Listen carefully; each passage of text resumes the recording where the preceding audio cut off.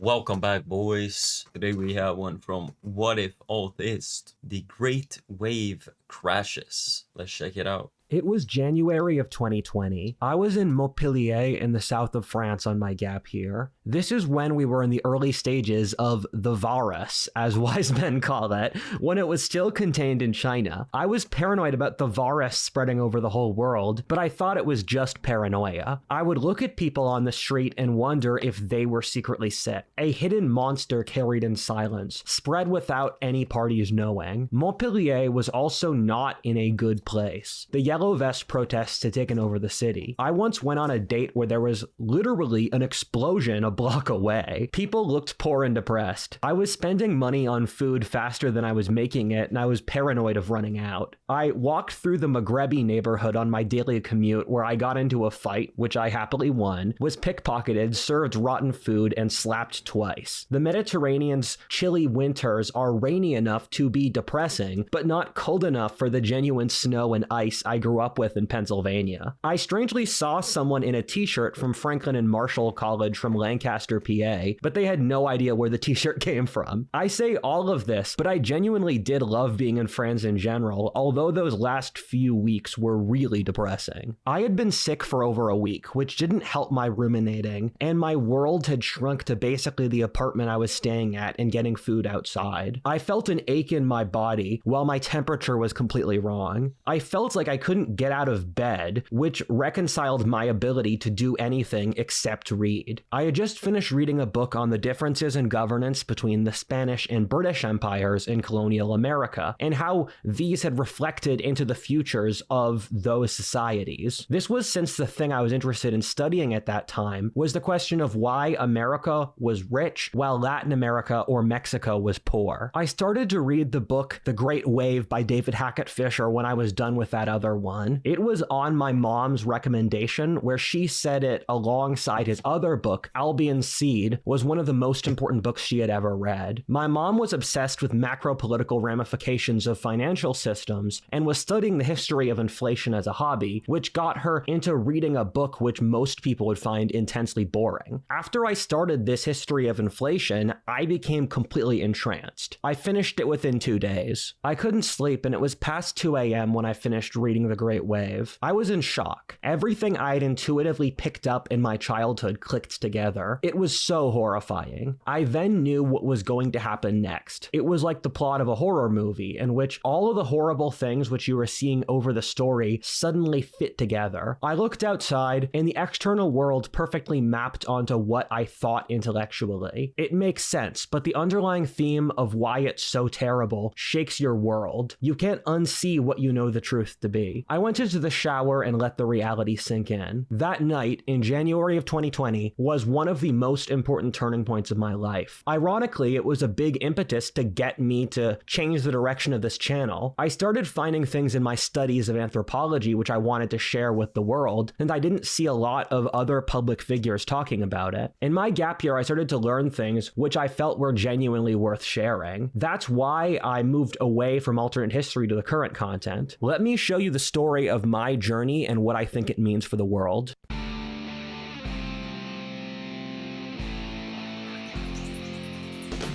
And one of the best ways back is part 1, the road we've walked. Our current age of history feels like a waiting room, the sort of place where you're in a doctor's office and you've been waiting for over an hour, where the front desk lady can't tell you why he's running late. You're trying to read, but the people around you are making too much noise, so you just stare at the wall listening to music, hoping you make yourself so bored that you break through to a new level of boredom where time moves faster. The difference is that instead of a doctor's appointment, the thing we're waiting for is a complete historic breaking point. A period of social collapse, wars, plague, and famine, which completely reworks history, which is less ominous than having to deal with doctors, if I'm being frank.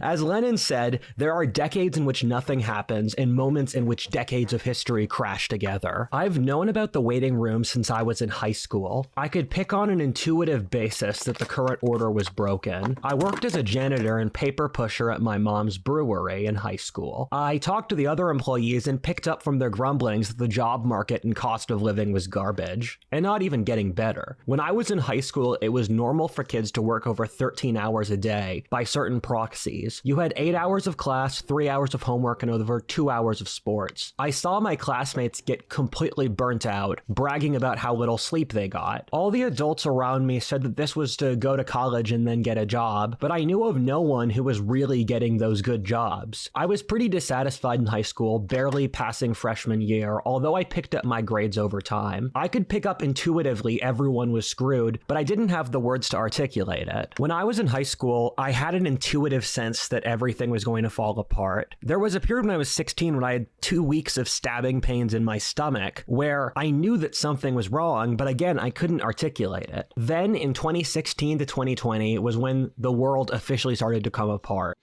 I've said it before.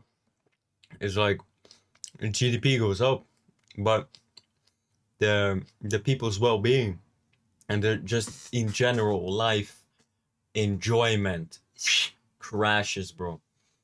Yeah. Before 2016, the technocratic elite was very good at massaging the narrative so that people believed that things weren't that bad. I remember having a conversation with my dad when I was 14. I said, "Dad, when I watch older movies and hear stories, it's clear people have gotten poorer. Almost no one today has a single man who can support a family." That was something my father had turned around in the previous year, and he said, "Yeah, Americans work longer hours in worse conditions and for less stuff." He blamed globalization predominantly. I grew up in the Rust Belt where there was deindustrialization everywhere. Wherever I went were decaying buildings, dirt, and people talking about how stuff used to be better. I was in complete shock that no one in national politics talked about deindustrialization, a process which screwed over 100 million Americans, or a population larger than basically any European country. When Trump showed up, and I gradually turned around on Trump, disliking him in 2016 and then voting for him in 2020, is that whether you like or dislike him, he's a demonstration of how the elite started to panic. Both the Republicans and Democrats had agreed to certain subconscious premises for the post-World War II era. The growth of the managerial class, not questioning the growth of cultural leftism, immigration and diversity being good, the American empire, free market, open borders, the university system for assorting the ruling class, among many other things, were all innately good. They pretended that this was a consensus that the public was behind, while the reality is that they acted like a uniparty, and when political forces which questioned this showed up, they started to vociferously attack them since it was an emperor's new clothes moment.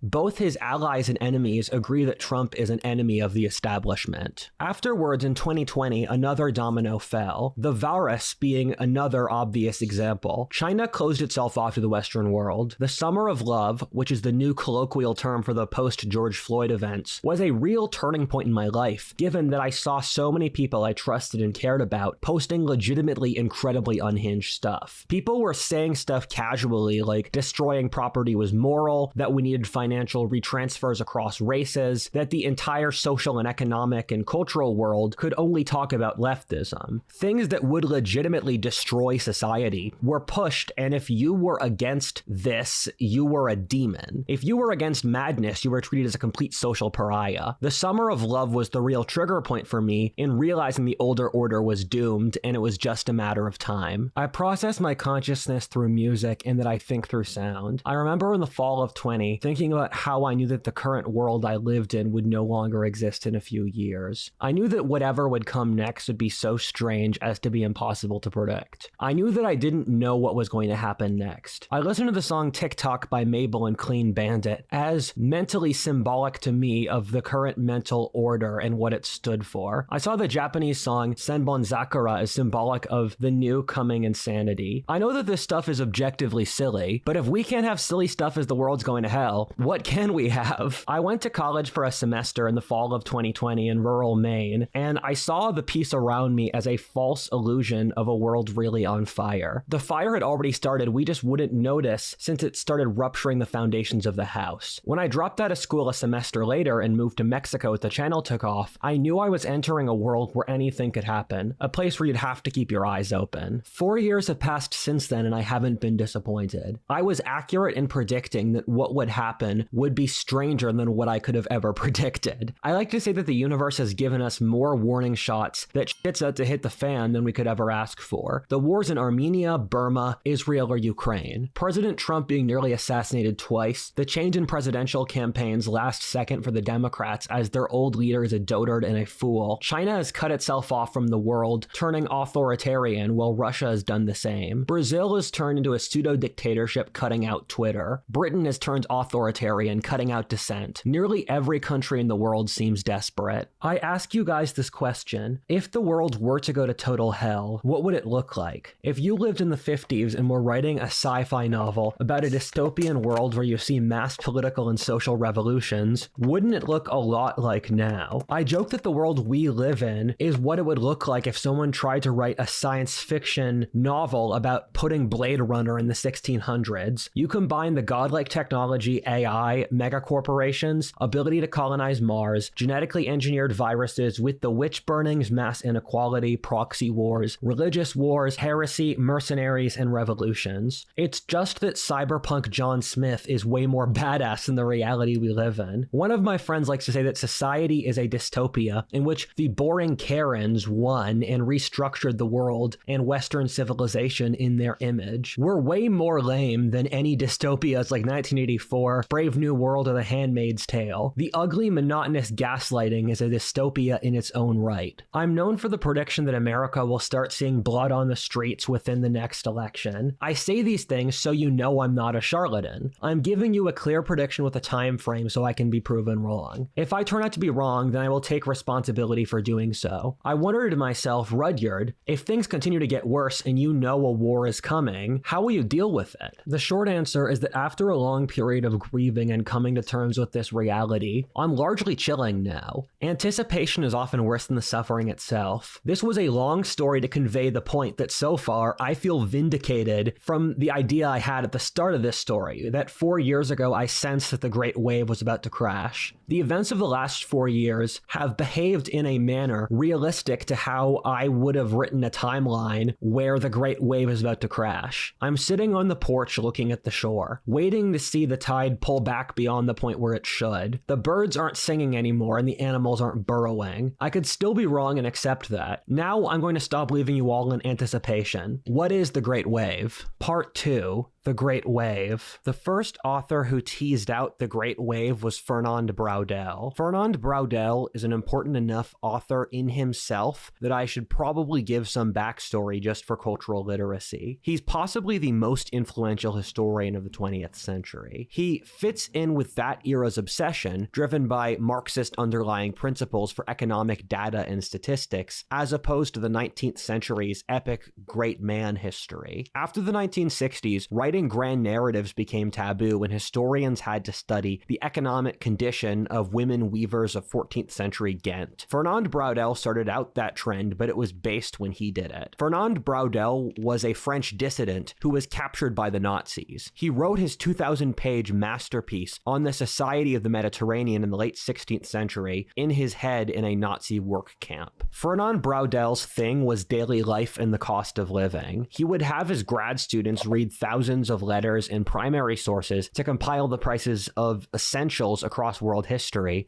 to get the best data on the price of everything everywhere in every year. Fernand Braudel was practically worshipped as a god in the field of history for the second half of the 20th century. When I was in Marseille, which is one of the worst cities I ever seen in the world, in their Museum of History, there was an entire wing of the museum dedicated to him. His best book, in my opinion, was A History of Civilizations, which I use all the time for my studies of global society. His book on daily life in the early modern period is also very useful. I read The Soul of France. That book's hilarious. I was reading it to actually get a good read on the anthropology of France. I did get some of that, but the book is really his bizarre tangents thrown together. He literally has an entire chapter on how the roof structures of France are symbolic for its culture, and it doesn't even make sense in the context he writes it. I don't remember the cultural fault line timelines he was talking about at all. With all the authors of the 19th and 20th centuries, I always wish their editors beat them more into having the length of their books. This is why I make 40-minute video essays and not books, to partly hold myself accountable to brevity, and it's also just a better business model. That era of French academia is actually one of my top sources on everything, with authors like Amaury de Riencourt, Todd Emanuel, Fernand Braudel, Bertrand de Juvenal, amongst others, being some of the most influential thinkers of my worldview. However, French academia in that era was tainted by Marxist influence, in which they were obsessed with the means of production and viewed equality as something that naturally exists in the world, which it doesn't. I'm really glad academia went through this phase of obsession with economic data, since I use it for my own personal data mining for my theories. However, academia's myopia on tiny details left the human sciences completely without grand narratives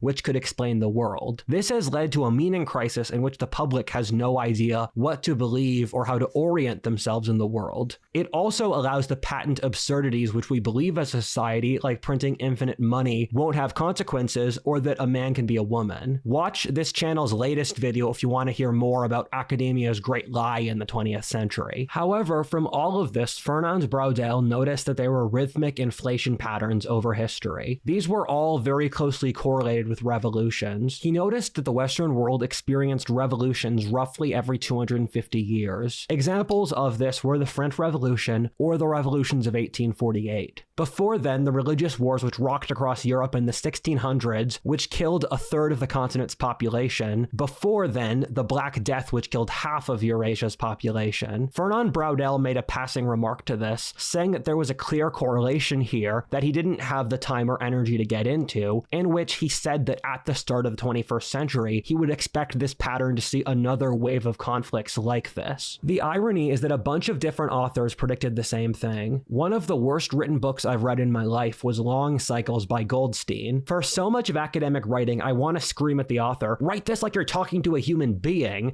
since a human being is going to have to read this. Goldstein predicted in the 70s from economic data relating to military spending that America would have a major war around the 2020s. His idea, something I've seen elsewhere, is that countries, once they have too much military spending, it predicts their imperial collapse. From the generational cycles that Strauss and Howe push, writing in the 90s, they said America would have a political crisis equal to the Revolution, Civil War, or the World Wars in the 2020s. Spengler, around World War I, said in a century that the West would face decline, Caesarism, civil wars, nihilism, and other parallels to the fall of the Roman Republic. This is a theme a lot of very brilliant writers agree with. David Hackett Fischer, one of my favorite writers, as I said earlier, dug into this even more deeply. He looked at the line Braudel wrote in the 60s and 70s, and DHF wrote The Great Wave in the 90s. The Great Wave is one of the best history or economics books I've ever read. DHF is a very clear writer, and it's only like 200 pages, and thus I was able to read it in 2 days. The book covers 1,000 years of Western history from the Crusades until the present. This pattern is that there are periods of price stability and others with inflation. These alternate. The 20th century was a period of inflation, the most rapid in human history by a pretty significant margin. The 19th century was deflation, or the value of money going down. The second half of the 18th century was inflation, while the era of Louis XIV was deflation. From the discovery of the New World until the 30 Years' War, 1500 to 1650 was mass inflation. The Renaissance from 1400 to 1500 was deflation. Then the period from the Crusades to the Black Death was inflation. This came after a period of deflation with the Dark Ages. The correlation between population growth is incredibly strong here. In the periods of deflation, you saw population stagnation. This is something we don't think about given we assume progress is innate and always has to happen, but there are significant eras of history, even in modernity, which see population collapse. This is important for us to notice since we're going to be in one of those eras. As recently as the 17th century, most countries in Western Europe saw their populations collapse by a third, which is roughly what we think the number for the global population was. Europe in the 15th century had half the population it did in the 14th.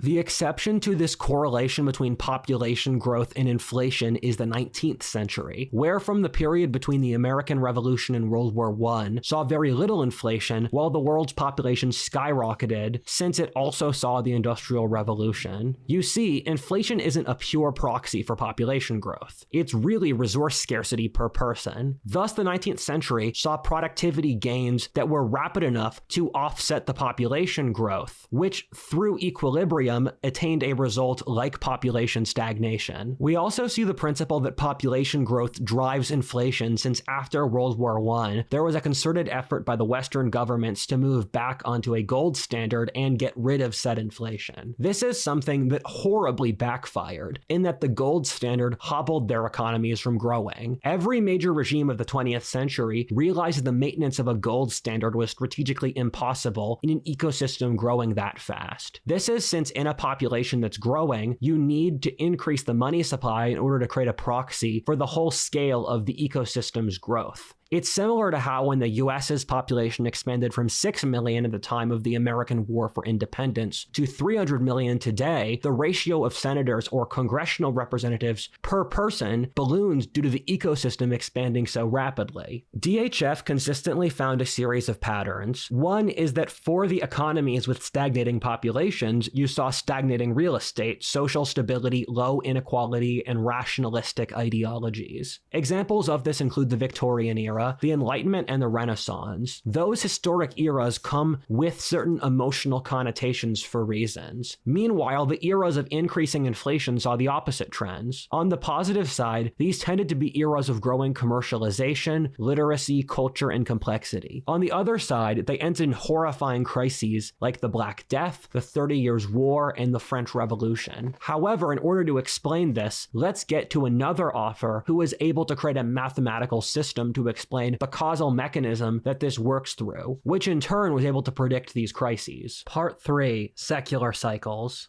Peter Turchin is a Russian historian and data scientist based out of Connecticut. I've spoken briefly with both thinkers. He took DHF's ideas and took them to a whole other level. DHF does a great job, and he also predicted a crisis like this in the 21st century. However, DHF did not have the computational ability Turchin has to actually explain why these happen. Turchin calls these secular cycles, and he's able to predict them in advance with 3 variables, those being income inequality, competition for elite jobs, and average wages. He is able to plug those 3 variables in to predict over a dozen crises over history to the exact years they took place in. His book Secular Cycles is great. He uses this to predict the crises we talked about DHF talking about earlier, as well as the fall of the Roman Republic or Empire, the collapse of Chinese dynasties, and the Russian Revolution. It's a constant historic pattern that societies don't skip. This is normal to history and goes back as far as we have records. We even see these same patterns inside the animal kingdom. A natural Malthusian cycle of overpopulation causing mass death, so the population crashes and it restarts. I saw this happen to the deer where I was growing up in rural PA.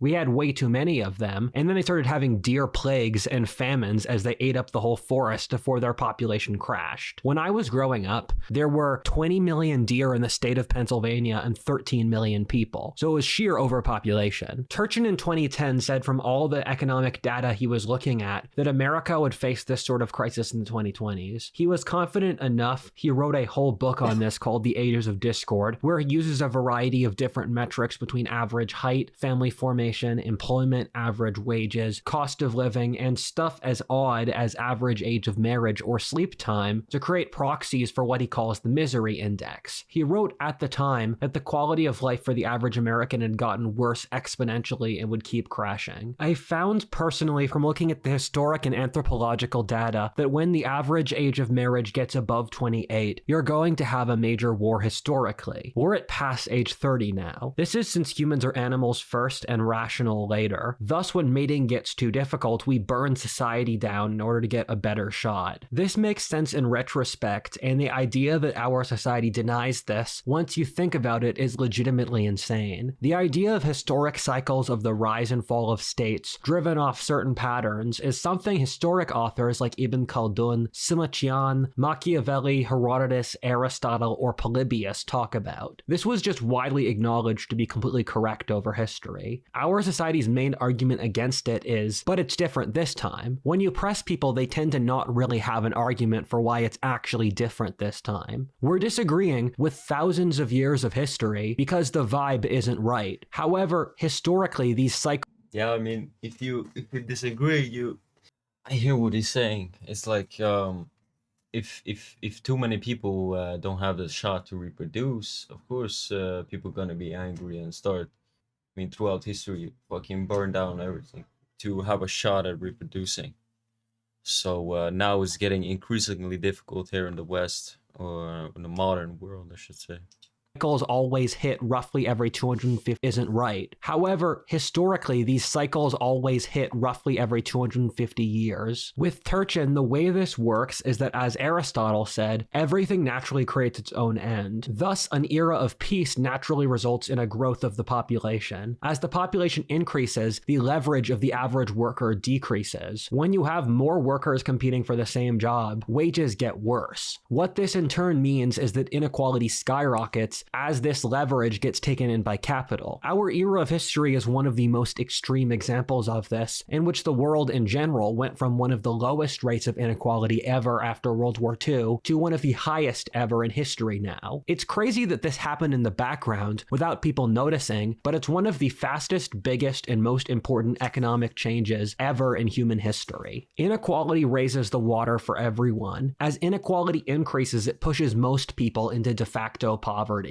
This is something that's very clear today, in which 2/3 of Americans can't pay a $1,000 emergency fee and 40% can't pay $400. When people get poorer, they also get more radicalized and desperate. I like to say you don't really know who you are as a person until you've seen yourself hungry or in physical pain. The person who you thought was this nice kid in high school will decapitate a Chinese peasant with a katana in a different society with different incentives. Inequality, or having a few very good slots and most people stuck in poverty, creates perverse incentives. If the end point is whether or not you get to pass on your genes or survive, then becoming violent is a rationally correct biological endpoint to reach. The post-World War II era of history saw violence as innately stupid, which just made me realize that that era of history was so complacent as to never realize that there are points in human life desperate, dramatic, and horrible enough that violence is the logical conclusion. But that's most of human history. Turchin talks about this whole demographic called elite aspirants. These are the kinds of people in our society who get multiple degrees at college or are trying to get their startup to work. In a previous society, they'd be happy to work at the factory or as a local manager at a supermarket because that would make enough money that they could support a family comfortably and go on vacation. However, they're forced by inequality into being more ambitious. Revolutions are never driven by the poor, but by these groups of elite aspirants. Even the Russian or French revolutions, which were supposedly revolutions by the poor, were really driven by the clever middle class. Over history, you'll consistently find the public split into different interest groups based off someone's underlying class, social, ethnic, or regional interests. The optimates versus the populares in the fall of the Roman Republic, the Armagnacs versus Burgundians in the French Hundred Years' War, the parliamentarians versus royalists in the British Civil War, the Guelphs and the Ghibellines in the collapse of the Holy Roman Empire, or the Taipings versus Imperials in mid-19th century China. Read this text wall to see what underlying class or ethnic differences these warring factions belied. Before these crises, you see a society in which most people, even the supposed upper class, are living close to poverty, while there are a few who are staggeringly wealthy. This then results in horrifying political polarization, with both sides that basically want to kill the other. You see the skyrocketing of crime, the price of everything going through the roof due to inflation. The thing that tipped off DHF on this whole process was that governments before these crises always overprint money since the elites are weak and desperate. Printing money is the easy way out for governments to keep doing this. This catches the society in a horrible trap in which the government prints money to cover their ass,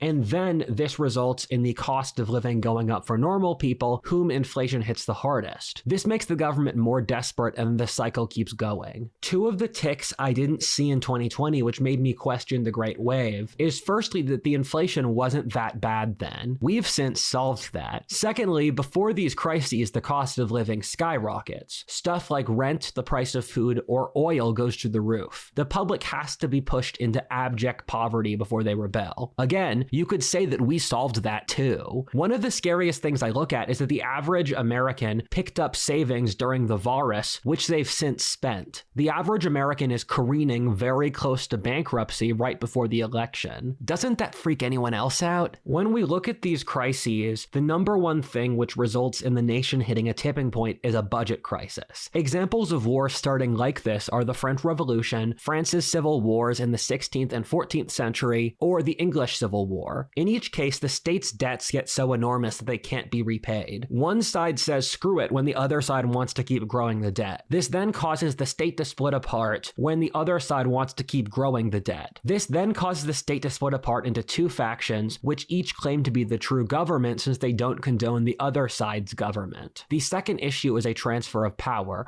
like an election or the death of a monarch. Foreign war is historically the third, in which some geopolitical crisis forces the nation to have a major war which one side doesn't condone. They start a civil war to avoid that. I'm so glad none of those situations apply to us now. We're so blessed. Part 4. The Crisis of the 21st Century. 4 years ago, I made a video called The Crisis of the 21st Century, where I suggested that the 21st century will experience a global crisis equivalent to those which occurred in the 19th, 17th, and 14th centuries. I still stand by that thesis. For each of those, the world collapsed into plagues, famine, and war as the global population crashed. One of the strangest historic trends that people rarely talk about is how incredibly common it is for societies on the other side of the world to be experiencing very similar things at the same time. This is such a huge rabbit hole that I can't get into here and probably deserves a video, but at this point I've promised hundreds of videos. But Victor Lieberman does a good job of covering this in his book on how you can closely correlate political development in Southeast Asia with Western Europe, which he later expands in his sequel to All of Eurasia. In the 17th century, almost every country in the world was experiencing a major political crisis in the year 1645. Germany was fighting in the 30 Years' War, a war which consumed every major country in Central Europe, killing 1/3 of its population. In areas like where my ancestors came from in Swabia, they lost 3/4 of their population. Portugal was in rebellion, and Spain, Britain, and France in civil wars. Poland was about to experience the deluge, and Russia had just pulled out of the time of troubles. The Turkish Empire, which dominated most of the Muslim world, was losing 1/3 of its population in plague, famine, and civil war. China was experiencing the fall of the Ming Dynasty, which again killed 1/3 of its population. Let's go back again into the 14th century. In the year 1348, when the Black Death was striking Europe, killing half of Eurasia's total population, England and France were in the midst of the 100 Years' War. France had 1/3 of the population it started the 100 Years' War with at its end, due to a combination of war with the English, civil war, peasant uprising, and plague. The Holy Roman Empire was in a period called the Anarchy, while Italy was consumed by the conflict between the Guelphs and the Ghibellines. The Turks were butchering their way across the Balkans, as Tamerlane was about to nuke Inner Asia. Central Asia went from one of the wealthiest places in the world to a backwater. China was experiencing one of its bloodiest wars ever as the native Chinese rebelled against the Mongol monarchy, losing half of the country's population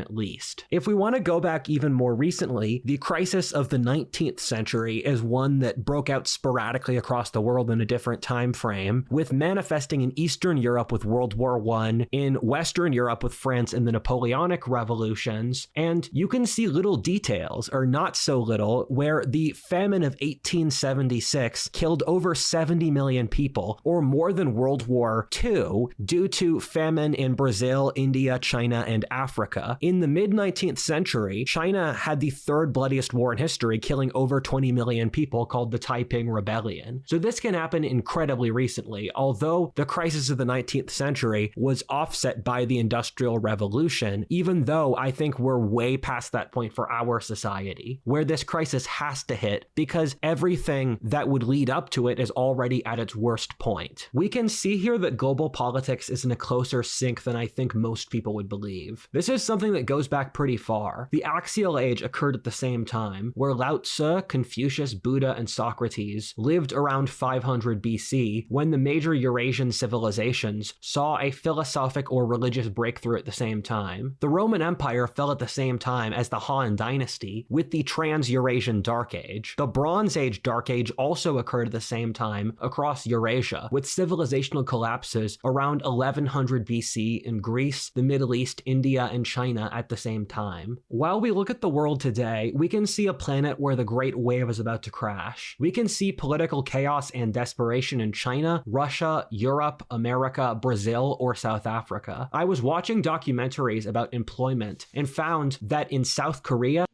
Yeah, this shit is like a global, like things are getting worse globally. The thing is, society and the world as a whole is getting more and more destabilized by these like factors. And the thing is, me, I lack enough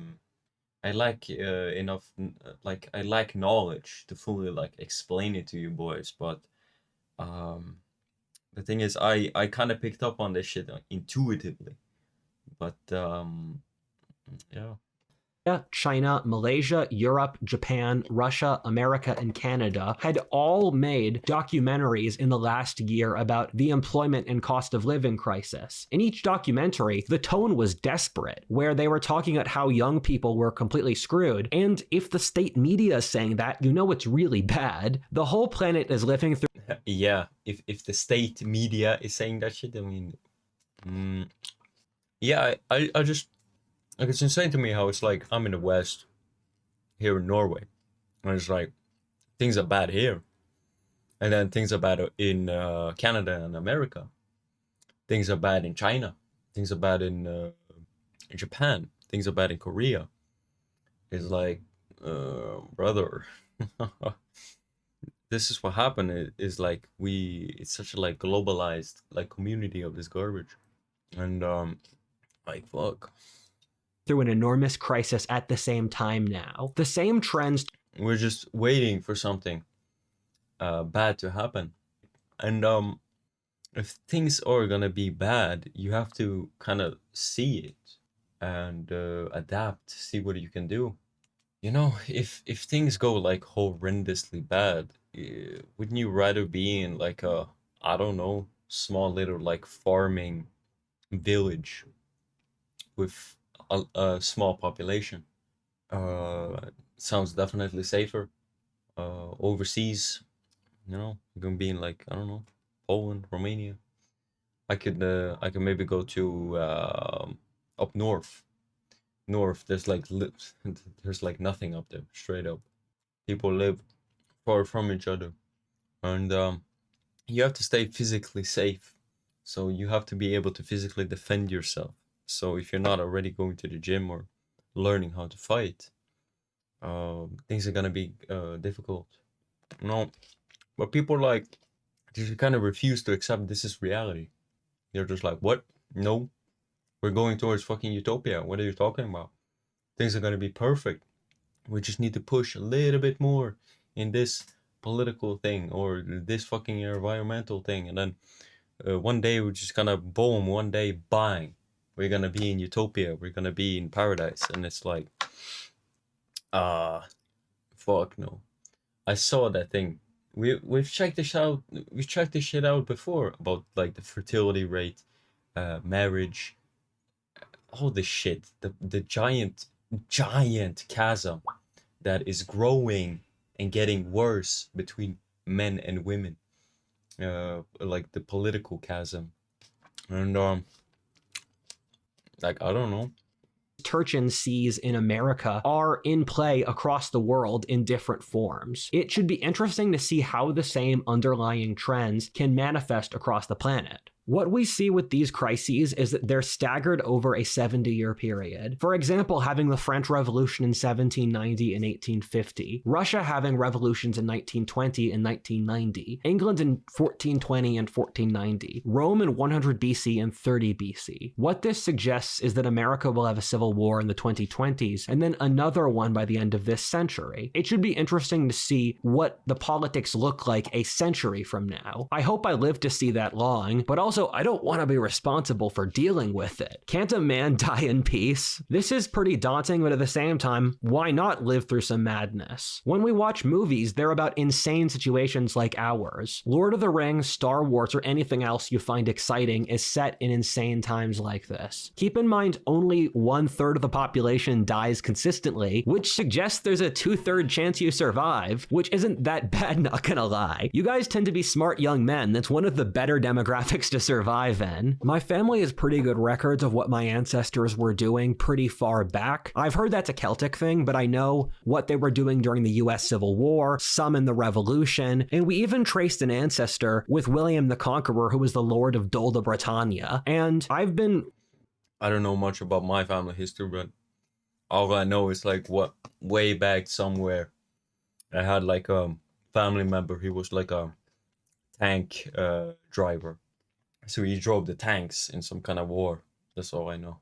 reading through notes and letters they were writing, and it's shocking to see these normal people just get stuck up in the grinding wheel of the change of history. And I thought to myself as a kid, it would be cool if I had to live through one of these crises and my descendants read my journal, and now I get to see it. The historian Barbara Tuchman said that when we read about the Middle Ages and read about the wars, plague, and horror, we compress 70 years into a single period to think that there was constant death and destruction. The reality is that we forget the timescale. World War II was only 80 years ago, but it feels like it's forever. I mentally shove World War II in with the Napoleonic Wars in my mental model. I've read lots of biographies of figures who lived through these terrible events and still had amazing lives. To look to the 17th century, there's Tycho Brahe, Galileo, Spinoza, or Leibniz just as intellectual figures. Look at how Napoleon or Julius Caesar co-opted these crises for their own personal greatness. You were born for greatness, not to be a wagey. Take the greatness if it's given to you. You know, it's better than dying. I can tell we're gonna have fun already. You here for the ride? In the early panic of the virus, my only reaction was I didn't expect the collapse for another decade. People are denying the looming collapse in a desperate attempt to believe their own lie. You can see the disbelief in their eyes. Yeah, I mean, it's like really fucking difficult to not just, it's not about even changing their opinion. Like, it's more than that. You have to, like, you're trying to just completely change a person and their entire existence and their entire mindset and everything they fucking believe in. Now, I don't know about you guys, but I don't have the fucking ability to do that shit with like an individual, unless they like full-heartedly fucking believe what I say and trust me. I make these videos because maybe somebody will fucking watch this shit and then realize like, what the fuck? Uh, my intuitions and the shit, my life experience with being a human, with being a person. I see these problems, these fucking issues going on, and the people are silently suffering. And these problems and these fucking charts and graphs, you can see it everywhere. Like the charts of like, I don't know, suicide rate or fertility rate going down, or income inequality, housing prices, like all these fucking different charts going up and down, whatever the fuck, like wherever it is going. And it's like things are getting worse and worse. And I hope somebody sees this shit and can adapt and become better. What? But anyway, boys, I hope you guys enjoyed this one. I'll see you boys on the next one. Take care of yourself, please.